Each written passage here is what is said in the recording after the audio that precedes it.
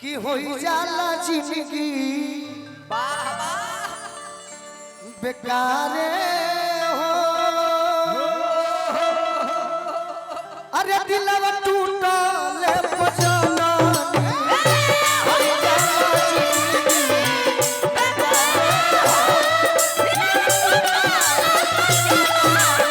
अरे होई जाला जिंदगी बेकारे हो। दिलवा टूटल पजना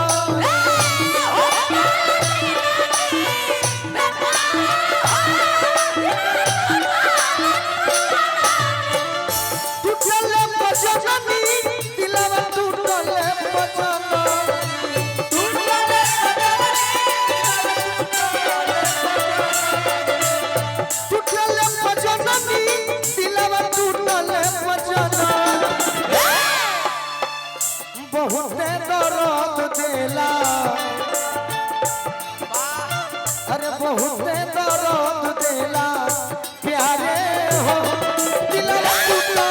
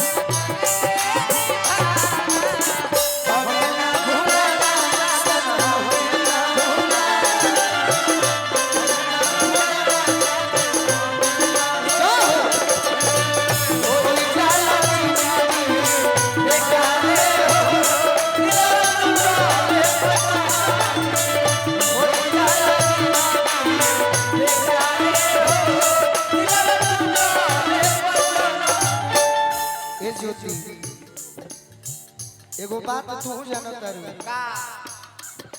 अच्छा सिमरन का नाम है बहुत सुंदर। एगो बात जानो हमारे मित्र बनके छतिया में रहे वाला। अरे कोई दिल छोड़ हो कोई दिल छोड़ कोई दिल मौसम के नियन लोगवा जाला बदल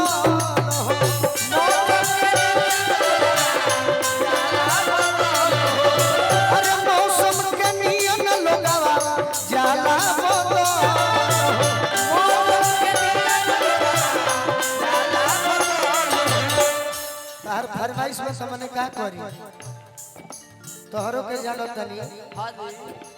जीवन में लोगे से भेंट होला तो सबका के जानो तनी। सही बात। अरे दुश्मन हो जाला दुश्मन हो जाला यारे हो। दिलवा टूटल पजना होई जाला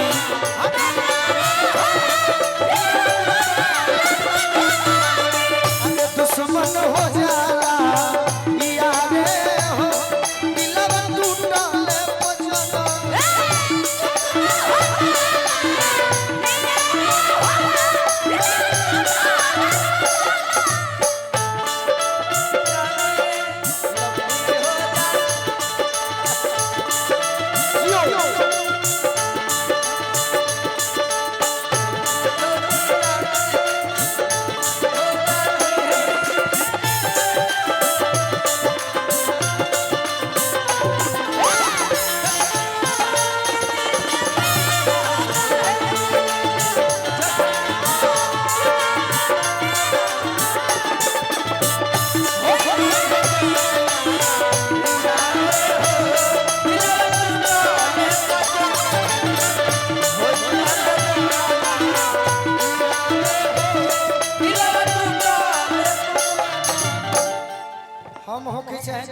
दुनिया में वो लड़की पर लागू नहीं थे ना इंसानों पर लागू बा। मीठे मीठे बात करी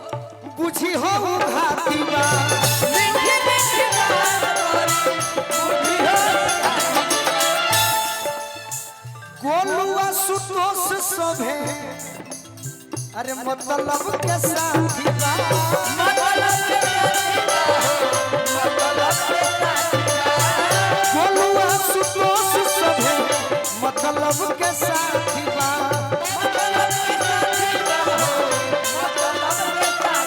काहे की अरे पीठ पीछे भइल बा पीठ पीछे भइल बाटे वारे हो कि पीठ पीछे भइल बा वारे हो आ दिलवा टूटल